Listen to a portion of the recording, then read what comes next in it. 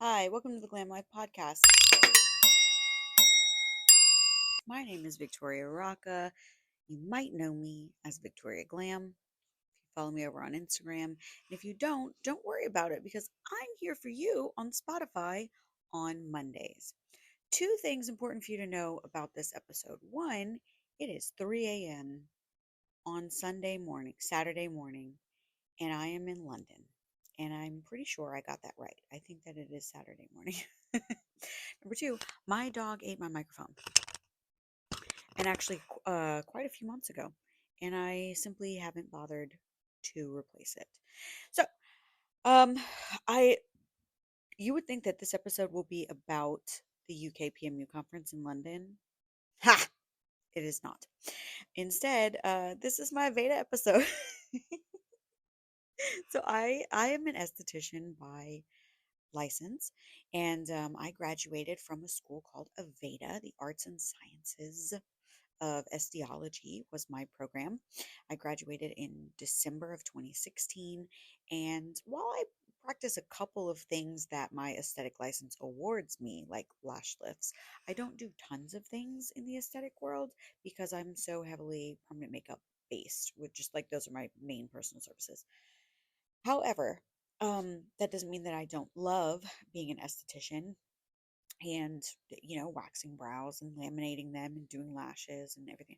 So I stay in touch with my friends from Aveda pretty regularly, and recently they invited me in for something that's pretty new called Industry Day, which is kind of like a career fair, except that we're not necessarily hiring. We might be hiring, not necessarily. And the girls in school, some guys too, sorry about that, they will come by your table and chat with you about your business and about what it's like to work in the industry locally in our town, working for yourself versus working for other people, etc. And I did something at the time seemed like such a great idea. I put out these tiny little anonymous questionnaires and had them fill them out while they were talking to me that said, like, what are some of your greatest fears? What are some of your greatest dreams in terms of like what happens to you after you graduate from Aveda? And I got lots and lots and lots of people to respond. But the reason why I said it sounded like a good idea at the time is because the way that I just described it to you probably sounded pretty good, right? We should have some good content. I should have lots of questions to answer, except that they were kind of all the same, which is still good. But I wasted a lot of paper to find out that everyone has the same concern, that they're not going to be able to build their own clientele. And I know we talk about that in great detail here quite often. We talk about owning your own beauty business. We talk about marketing yourself. We talk about outreach. And we talk about things like your organic sales funnel. Every once in a while, we talk about, like paid ads and that kind of thing, like a more paid sales funnel. By the way, Danny Tran is here at UKPMU conference. Maybe I can pull him aside and have him answer a few questions. We'll have to see how busy tomorrow gets, honestly. I did, however, get a few voice notes from some of the gals, and I'm happy to answer those questions as well as a cautionary tale. So if you work for others and you've been seeing online that it's possible you are misclassified, as a fellow formerly misclassified individual, I have to tell you, you are paying through the nose for it. You don't even realize. You don't want to rock the boat. It's not that serious. It is that serious. And shame on you for allowing somebody to treat employees that way. So I'll let you listen to her kind of cautionary tale in a moment. Now, of course, she couldn't give us a conclusion because it's still in the court system being litigated, but I will definitely play that for you. So let's just kind of get into the first question. So first, I ran into a wonderful gal named Selena, and she was actually graduating that very day. She was the only person who came up to me and said, "I'm graduating today." And yeah, so here is my new girlfriend, Selena. You guys, I'm standing here, you won't even believe me, with someone graduating this very day. Welcome to the graduation of Selena. Selena, you're graduating today. What are you graduating in? Aesthetics. Aesthetics. And what are you going to do after you pass your very easy state board? I promise you it's very easy. I'm wishing that on you right now. Basically, I would like be into all different things like spa, makeup, lip fillers, microneedling, individual lashes. I really want to put my foot into everything. Oh, and she is such a Southern woman. She said, I'm going to put my foot in it. So that means she's going to do a really good job for everyone listening who's not in Louisiana. If you put your foot in it, you killed it. You crushed it. You did a great job. And I have no doubts that that's exactly what you're going to do, Miss Selena. What's your number one concern when you enter the job market? Basically, if I will keep the clients coming in, like will the clients like my services, how they rate me, basically that. Return clientele. Yes. Okay, so we're going to talk a little bit about return clientele. Thank you, Selena. The audio on these live recordings are such a treat.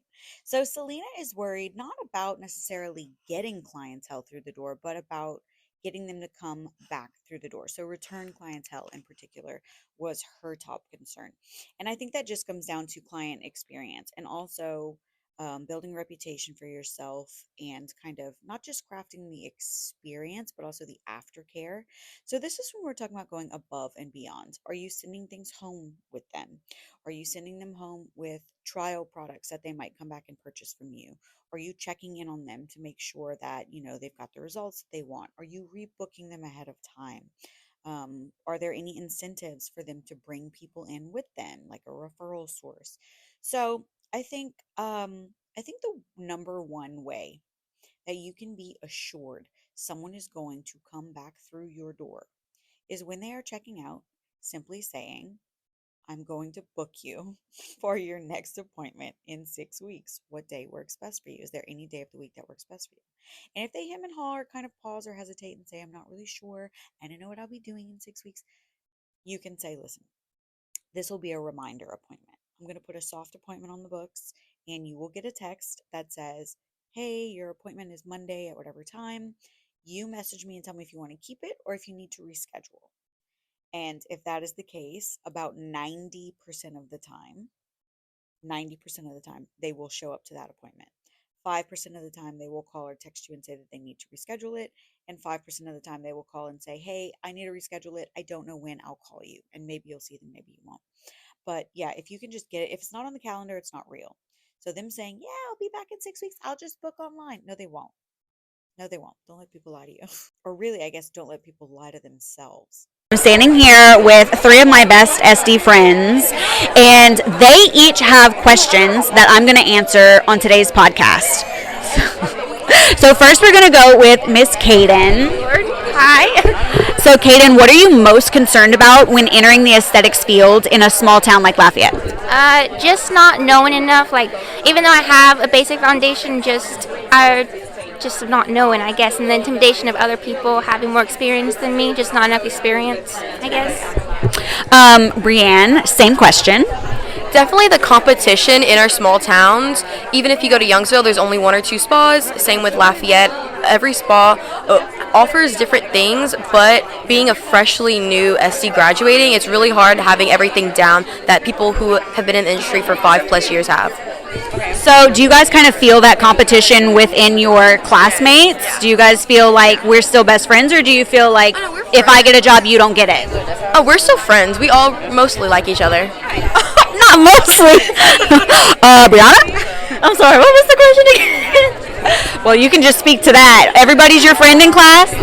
I say so. I'm pretty nice to everybody. I heard a rumor that you guys have each other, all of you, on Life 360. We do. We do. We do. We love knowing where we are. Whose Life 360 account is it? Well, actually, it's mostly all of us. Yeah. We created this one little group, just like a couple of us that wanted to join it. Who pays for it?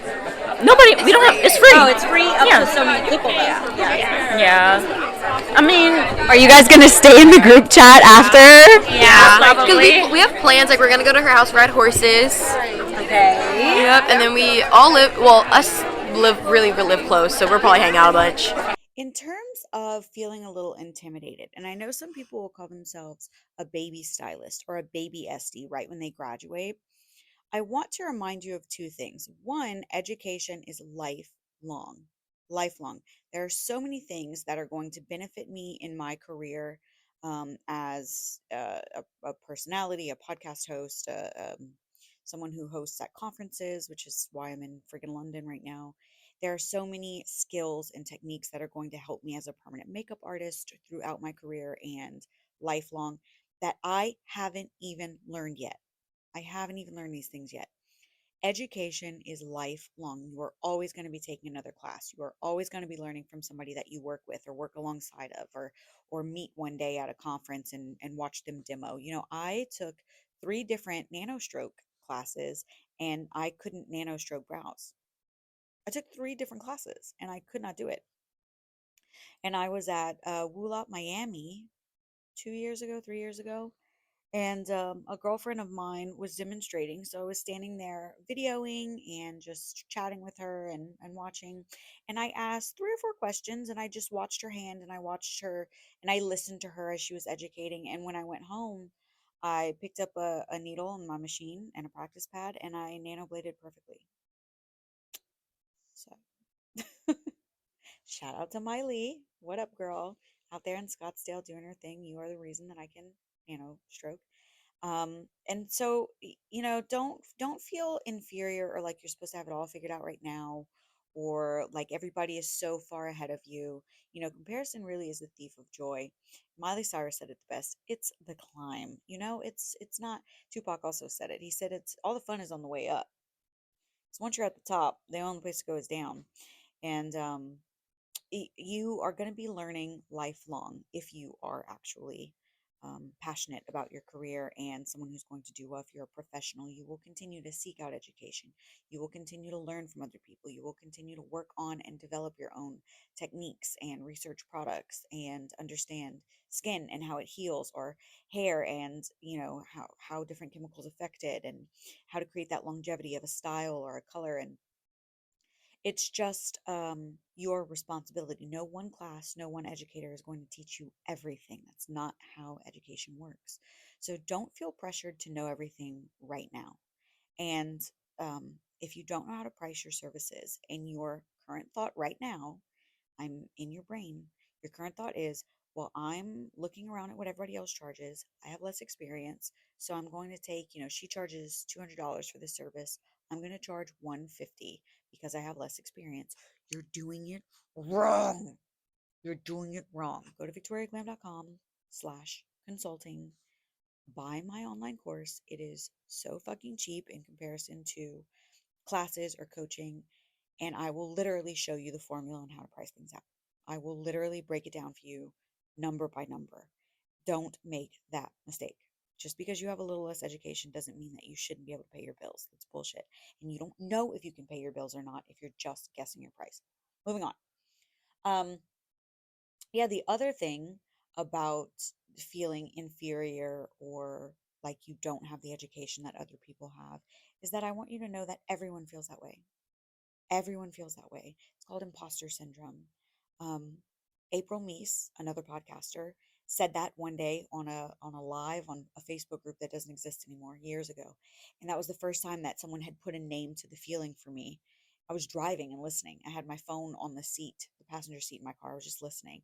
And when she said that, I actually pulled over and joined the live and was like, "Tell me more about that. What is that? What is that?" So funny. I was on the corner of Pinhook and Vero, and I pulled over in the Walmart parking lot. Anyway, I remember that exact moment because it was so profound for me. It was a real aha moment, finding out that I'm not actually a fraud. People are not going to find out that I don't know what I'm doing. No one knows what they're doing. No one knows. And once I became a mother, I really, really understood that, because we are all just winging it. We are all just thinking.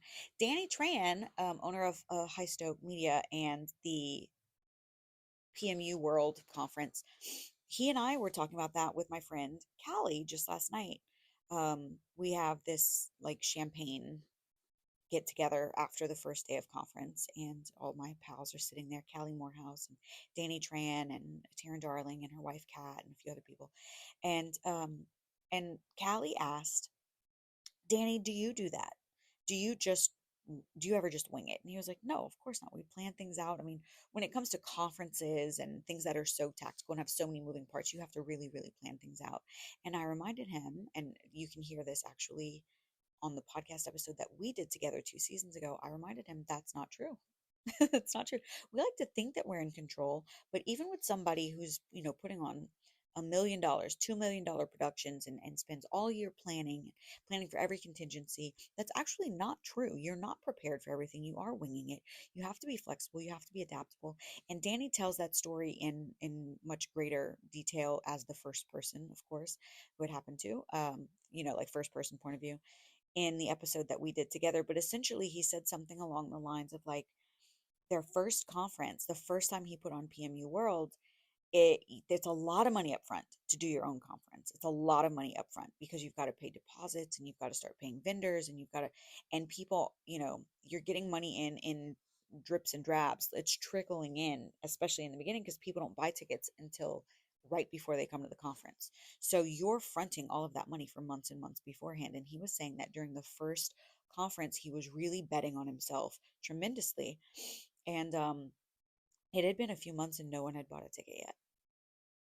It had been a few months and no one had bought a ticket to PMU World yet. And Danny was sweating a little bit. And when they sold that first ticket, he was like, it's going to be fine. It's going to be fine. I've worked at conferences. I do know that this is true. I know what I'm doing. I don't know what I'm doing, but I know what I'm doing. And I think that is the real give and take of being a business owner, especially in the beauty business, because so many people will teach you how to do the thing, but nobody will teach you the business.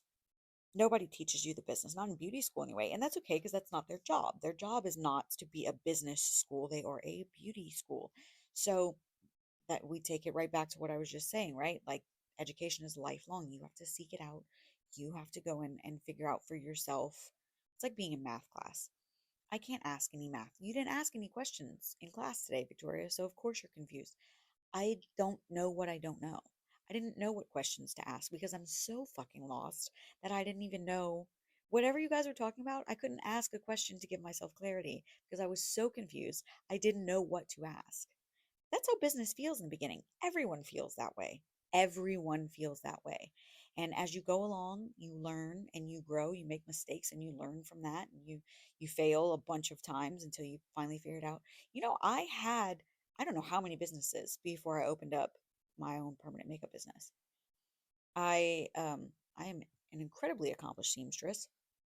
I was taking in, I sewed a few ball gowns around Mardi Gras season because I live in Louisiana, but I was regularly taking up hems, taking in jackets and dresses and letting things out where I could, serging things, just giving like a professional finish, like not quite tailoring, but kind of. And then I was a birth coach. I was a doula, and that's actually how I met Taylor, my co-educator at the Microblading Institute. I was her birth coach for her second son, Caden. He's so sweet. He's almost 10 years old. Or no, he is. He's almost 11, I think, or 12. I don't know. Time is getting away from me. Yeah, I was a birth coach. I owned Lafayette Doula, and then I decided to have my own kids, so I couldn't be on call for other people's birth. Babies come in the middle of the night, I can't just leave a toddler and say, "Mommy's got to go. I got to go with this lady until she has a baby. I don't know how long it's gonna take. Just stay in your crib, okay?" Couldn't do that. Um, yeah, and of course, famously, I was an exotic dancer all through college. That is, in fact, working for yourself. You are classified as an entertainer, and you can save your receipts for everything and write it off. Get your nails done, you buy makeup, you get a spray tan, you have a tanning membership, you buy new lingerie from Victoria's Secret, you get your hair cut and colored, um, brow wax, teeth whitening, all that stuff. As an entertainer, you get to write all that stuff off. That was, in fact, a business. And I remember being told, you're the only person who like gets receipts when you do tip out at the end of the night. You're the only person who treats us like a business. I have been an entrepreneur forever, forever young. I wanna be forever. I need to go to bed. I'm so jet lagged. Anyway, yeah, you make it up as you go and you learn something from everything that you do. When I worked in corporate, I took lessons in management from that. When I worked in the strip club, I understood customer relations and sales. When I worked in as a seamstress, I was figuring out precision and detail orientation. When I worked as a doula, I was learning pain tolerance and pain management techniques and understanding empathy in the human condition. And this might be more painful for one person than another, and that's because you really get to who the core of people are and seeing people at their most vulnerable, which really lends to paramedical. You will learn so much for wherever you land, wherever you are. Wherever you are right now, you are learning so much that is necessary for wherever you are going next. In terms of competition, in terms of being competitive in local markets, especially small local markets, I would say number one, do your best not to fall out with too many people. I know that in beauty school, you're around the same 12 girls, 14 girls, whatever, for 6 months. It can get a little toxic. That is actually really common. It is in the strip club too. Every once in a while you find some kind of unicorn like this. The main club that I worked at as a dancer had a rule: if you didn't get along with one of the girls there, you couldn't work there. And there were a lot of reasons for that, but it worked like a charm. So we were quick to say, sorry, you can't work here. Sorry, you can't work here. You can't stay with us. Because if you came to divide, or you thought it was me versus you, or you wanted to argue in the back room, or you wanted to go in the dressing room and fight somebody, you can't do any of that. You can't do that because it fucks with our money. You can't fuck up our money. Everybody here is happy because everybody here is making money, and then we go home, and that's it. It's a job. That's it. We're not some weird family. We don't need to be arguing and scrapping over baby daddies and drugs or whatever. My strip club was never like that. Lucky me, I picked the one strip club in the world that was grandfathered in before they decided you couldn't have strip clubs there. So if they put one toe out of line, they would lose their liquor license. They could never get it back. So they really, really, really enforced all those rules. Now, the Aveda that I went to now is a very harmonious place. And these girls that I was just chatting with, they're all best friends. They have each other on fucking Live 360. They track each other voluntarily. They just want to hang out together. They're making plans for after graduation. Like, they're so cool. And meanwhile, I'm at Aveda interviewing them, and someone that I graduated with, who I used to argue with all the time, sent me a friend request on Facebook because someone tagged me at Aveda, and that was an easy no. That was an easy fuck no. No thanks. Don't want to hang out with you. Don't want to know you. I wish you well, but I wish you well over there. I don't need you in my orbit. I know that you only want to add me on Facebook so you can see what my life is and compare us because you don't like me either. And you want to see whether or not you're doing as well as I am, or you hope that I'm not doing as well as you are, or whatever. I toxic. I'm not interested. I don't want to do it. So if you end up in a situation that is a unicorn where you all love each other and you all get together, this is a strength. This is a blessing. This is great. And as you go into the workforce, she might get hired here and you might get hired there. Maybe you don't see each other as often, but you never know, because you might leave those places later and decide to both rent in the same place later, or decide to open something up together. Partnerships never work out. Don't do it. Doesn't matter. Um, yeah, but you never, and you can refer back and forth and you can learn from each other. Famously, I've said this so many times. A girlfriend of mine, her name is Caress. She is amazing. She owned a company called Plush Aesthetics in our town for many years. Recently, she trimmed that down. Her baby is a toddler now and needs a little bit more focus from her. So she has trimmed everything down, and she is now just booth renting inside of a salon that's like right next door to where her place was, a really like ritzy salon. And so now she works at Soho. Wonderful gal. Some of our services overlap, some of them do not. She was doing some microblading and permanent makeup when I first started doing permanent makeup, and I had ordered some Tina Davies microblades, and they were not in yet. And my microblading client was tomorrow at 9 a.m., and I did not get a delivery that day. So I'm panicking. Do I reschedule the client, who's not going to be happy about that because she can only come on Saturdays? That means I'm pushing her off another week. Or what do I do?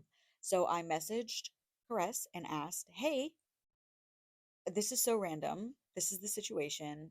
Can I buy a microblade from you? And she messaged me back and said, I'm not even in the shop. I have strep throat.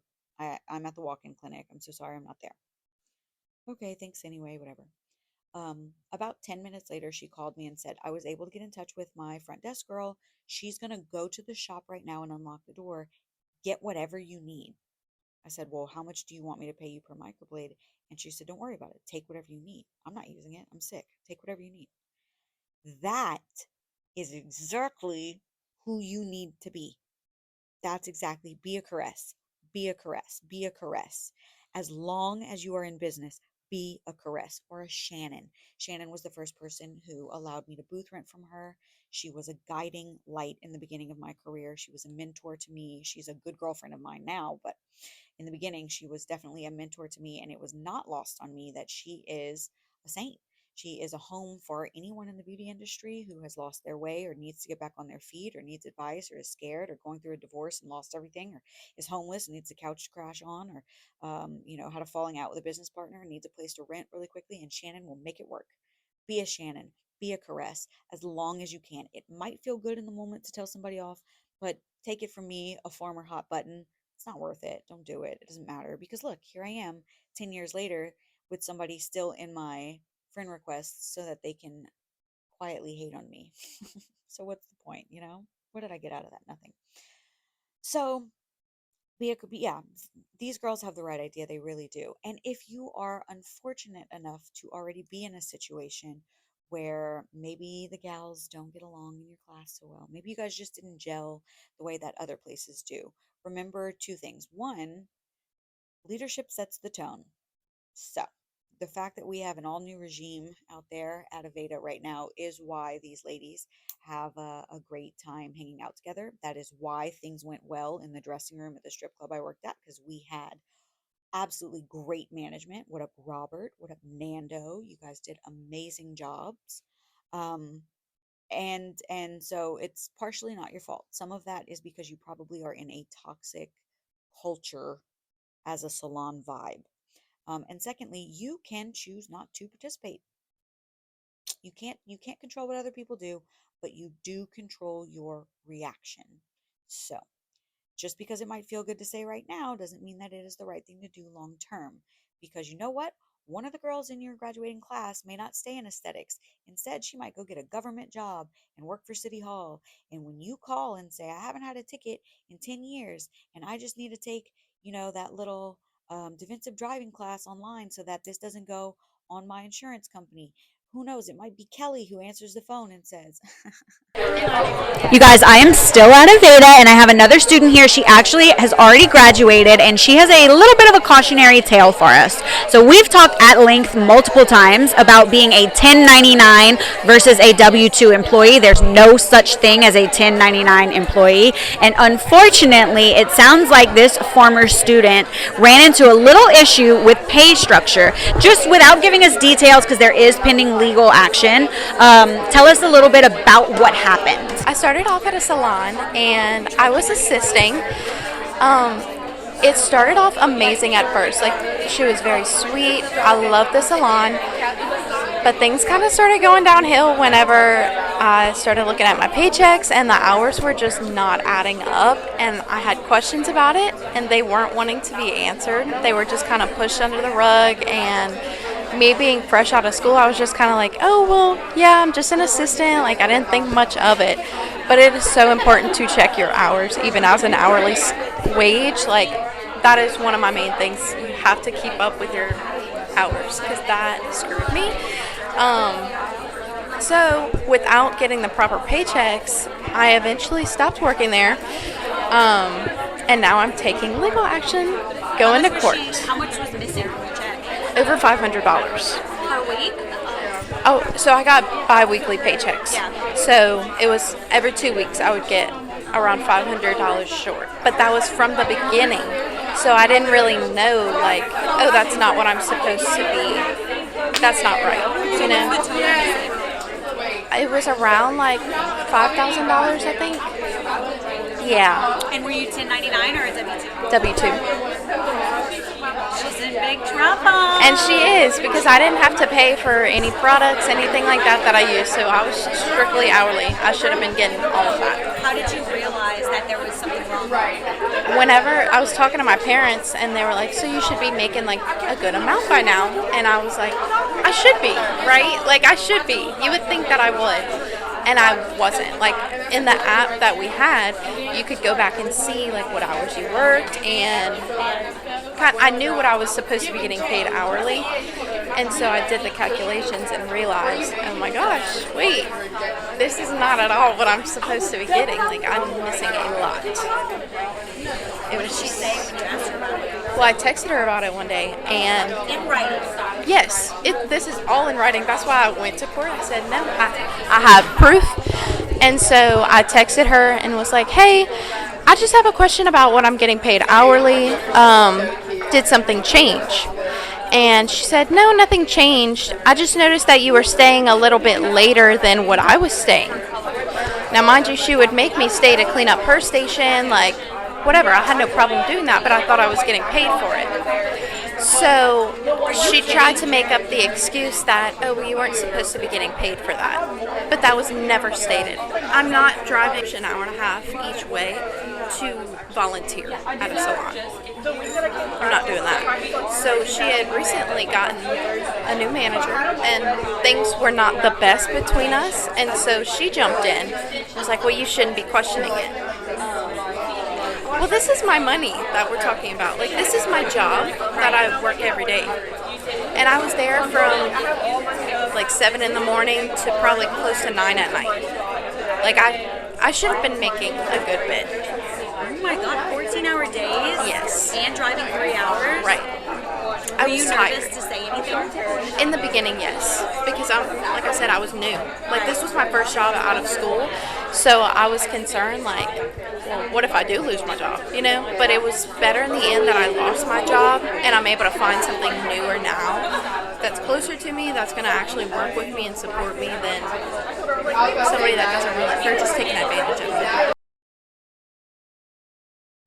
So if you find yourself in a situation like this where you can just tell something is not above board, you're sitting, like she said, she had to sit there and actually calculate her hours herself, and she had to add up that something was wrong.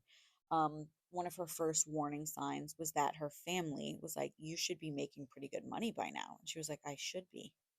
I should be. Something's not adding up, you know? Um, or maybe you because you listen to me the difference between a 1099 and a W2, and you can see that lines are being crossed. That one is so very common, and nobody wants to speak up because it's common. Everybody's doing it. So you don't want to be the one to rock the boat. Or maybe it's something like you just feel like there is some discrimination in the workplace, like my girlfriend Kimberly, who I always talk to you about and you've never met. I swear to God she exists. I love Kimberly. Kimmy was in Orange County and she moved to Tennessee, where she doesn't know anyone and she's just basically starting over and has to build a clientele. So she did the smart thing. She got in with someone else who was going to promote her and they would do a service split. So she's going to be an employee there, right? This lady put her in the back room and didn't tell anyone she was back there and expected that Kimmy was going to go and, whatever clients she could find, this lady would get paid off of, but she didn't really put a whole lot of effort into getting Kimmy booked and actually started kind of cock blocking her a little bit. And and Kimmy came to me and was like, "Hey, w- let me give you the situation and you tell me what your opinion. Like, am I being crazy? You're not crazy. You're not crazy. Bitches be crazy. And sometimes you got to stand up for yourself. You got to fight for your right to party, to work. You have to actually, sorry, sometimes you have to stand up for yourself in the workplace. That's just the way it is. That doesn't mean that you have to be a bitch. And listen, they might gaslight you and tell you you're being a bitch. That's fine. You can call me a bitch all day. You could call me a bitch. I don't care. Okay. People used to call me a stripper bitch, and I would say, "Yep, your dad gave me your allowance." So in that way, it's really funny. I think whatever. It's a coping mechanism, right? Like everybody has trauma. Everybody gets abused a little bit at some point in their life, verbally, or mentally or whatever. And the way that you cope with things is really the only decision that you get to make. You don't get to decide how other people treat you. You can teach people how to treat you. You can set boundaries so that they can't treat you just any which way. But the first time they meet you and this is how they're showing up, the way that you react before you decide to set those boundaries or as you're setting those boundaries or removing yourself from the situation, the way that you react is the thing that counts. And that's what you get to choose. So if you feel like in your workplace you are being mistreated, or you are not being paid properly, or you are not being compensated, or you're being taken advantage of, or clients talk to you just any which way, or there is someone else who works there, a coworker, maybe not management, but a coworker who mistreats you, or whatever, you get to decide whether or not you stay. You get to decide whether or not you take some kind of action. And that doesn't always have to be legal action. Sometimes that literally means just saying, that's such a weird thing to say. Why would you say that to me? Are you racist? In front of clients. Because what is she going to say?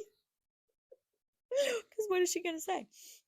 Yeah, you get to decide how people treat you and what you will accept, and then you have to actually take action after that. So that's when you are setting boundaries. That's when you remove yourself from a situation if you need to, and that's what this girl did, and I'm really proud of her because as a baby stylist, as someone who feels inferior and has like an inferiority complex, somebody who has imposter syndrome currently, someone who feels like they're still trying to learn everything there is to learn and they're just grateful to have this job. It took a lot of courage, it took a lot of strength for her to say something is wrong. Something in the buttermilk ain't clean. Something in the buttermilk ain't clean. And good for you for saying something, honestly. Good for you for saying something because it's not just about you. It's about the girl who comes after you. I coached this woman once upon a time who I knew something was wrong. I knew something was wrong. She was saying that she does lashes and she teaches lashes, and she kind of had a little bit of a scarcity mentality of like, well, I don't know if I want to teach these girls how to do lashes because then they're going to take my lash clients. And I was like, oh, red flag. That's not the mindset of an educator. So she would teach the girls how to do lashes and then she would employ them, or she would employ people and then she would teach them and something like that. But she wasn't actually employing them. They were 1099. I don't remember the exact specifics. This was years ago. It was something along those lines. She definitely was misclassified. And there were a whole lot of like, I want the benefits of having employees, but I don't want the responsibilities of having employees. So they're not going to be employees, but I'm going to treat them like employees. And she pushed the girl a little too far. I don't remember the specifics around it. Maybe the girl like asked if she could also be trained in something else. And the lady was like, nah, stay in your place. And the girl said, okay, no problem. I'll just leave. I think this is correct. I think this is the story. No problem. I'll just leave. She quits the job and decides to just go and do her own thing so that she can be more in control of what services she's providing and what education she's getting, which is fair. I think that's fair. And the lady decided, my client decided to go after her former employee saying, well, I educated you, so you owe me for the education. And I was like, oh, maybe let sleeping dogs lie because she was very misclassified. And it doesn't seem like she's trying to like steal your clients or whatever. She said, well, she opened up down the street or a mile away or next door or whatever it was. She wasn't very happy with that. And maybe she had one of those non-competes where like you can't work within X amount of miles of her shop because there's competition for the same clients that you were working with when you worked in her salon, something like that. Well, listen, I warned this lady against this so many times, and her husband was very involved, and he was very loud and wrong constantly. And he belittled his wife quite a bit. Like I remember him saying to me, "Well, I have to go back on the road soon, and you better figure out how she's going to fix this because she can't do this. She can't run this store on her own. It's her store. What are you talking about? Like, ye of little faith, you do not believe in this woman one bit." I mean, that was wild to me. It's part of why I hate men. I was just like, ew, gross. Not my men, of course. I love my men. And Danny's nice. Um, and my dad's cool ish, kind sometimes, usually. I did get blackmailed with his nudes at one time. I hate my best friend's ex-husband. So there's a man. There it is. Also, this man. I was not pleased with this guy at all. I was like, ew, you're a little misogynistic. I don't like hanging out with you. So anyway, they wind up in court, in a court case, because of course the girl was like, yeah, you don't get to bully me out of money when I don't even work for you anymore. I worked for you. You earned a percentage of every dollar that I made. I don't now owe you money because I decided to open my own place. I can do that if I want to. So, because she was technically 1099, right? She's supposed to just be a booth renter. She not only lost the court case, but a great number of her employees showed up to the court case and sat on the side of the wronged employee. Sweetie, it's not funny. It's uncomfortable. That was an uncomfortable giggle I just did. Because as the coach who warned you against this, what do I do? What do I say? I can't fix it. because the only way to fix it was to get ahead of it. And that's what I tried to do. I asked you to drop this. I told you I didn't think it was a good idea. I said, I think we should revisit contracts. I think we should fix things because these people are very clearly misclassified, whatever. So on the employer side, she really just was not seeing it. She didn't see how she was in the wrong because she had someone loud and wrong in her ear telling her this is how it should be done. Someone who doesn't even work in this field and didn't know what they were talking about. She was under bad advice and she took that advice and she executed and it went poorly for her. And seeing it from the esthetician or the cosmetologist side, in this case, for the girl who's saying, hey, you can't dock my pay because you decided you wish that I had done this voluntarily. You can't do that. I would be willing to bet that that employer took the news just about as well as my former client did. She probably thinks she's absolutely in the right, and this girl is going to win. This girl is going to win. I had someone misclassify me and then attempt to sue me later. Um, and so I rang up the IRS and I said, yo, I was a misclassified worker. And they took all my paperwork and they took her paperwork and they called me and they said, you were hella fucking misclassified. But just so that you know, we're going to put it through. We will put it through. We almost always side with the worker, and you are very, very right in this case. And it will be detrimental to this lady and her business. She might have to, I mean, I don't know what her financial situation is, but this could spell like bankruptcy for her. But for you, you will also have to go back and amend your tax returns for the last few years. And in doing that, you might wind up owing a little bit of money, not a significant sum, but because I was filing as 1099, not W-2, I was taking deductions because you can, you're a business, right? Well, I would not be able to have those deductions to offset the income. So I would have to come up with the money out of pocket to pay um, the back taxes that were owed. Now, this lady was going to get hit with the back taxes, with the fines for not paying them, and with fees for misclassifying people. And then they were going to open an investigation and look at anybody and everybody she'd employed for years. And I was like, you know what? It's not worth putting my family through going through all this tax shit and coming up with the money to pay the back taxes and whatever. But also, fuck that lady who wanted to treat me so badly and was trying to weaponize the legal system against me for simply saying, I don't want to work for you anymore. Fuck that lady. But I had so many girlfriends who worked there, and I didn't want to go and destroy them as well because they would have to do the same thing. They would also have to come up with the money and pay the back taxes and lose the deductions and lose their maybe jobs if they were still working there. And, it was just very far reaching consequences. And because I have the gift of foresight, I thought probably not the best move for everyone else, but it was enough to say, leave me the fuck alone. And I can refile it anytime that I want. They told me that already. They were like, you can pick this back up if you want to. So I actually dropped my misclassification suit with the IRS, but it wasn't because she wasn't wrong. It was because I'm a kind person who thinks of others before myself. I put other people before myself. That's why that happened. But so I fully relate. I root for this lady who we just heard from, and that's not okay. You don't get to basically indenture people into servitude to you. Oh, well, you have to stay after me and clean up, but I'm not going to pay you for that. That should be voluntary. And then drive 90 minutes home. Go fuck yourself. Anyway, that is enough for me. I don't know how much of that I'll even keep in the podcast. I'll probably cut a lot of it out because I don't like to talk about other people's legal situations, save for the lady who shared with us. But I'm talking about, of course, my former colleagues and my current friends. So I need to go to bed because it's like 4 something in the morning now, and I have to be up and awake and present and rested at the UK conference all day tomorrow. I'll try and get some sound bites and put together a podcast episode about the UK PMU conference for you guys. I love you so much. I'm going to edit this on a plane and have it out for you Monday. I promise. And I will see you right back here. Well, that's not true because I won't be in this bed in London, but I will see you right back on this podcast next Monday. Bye.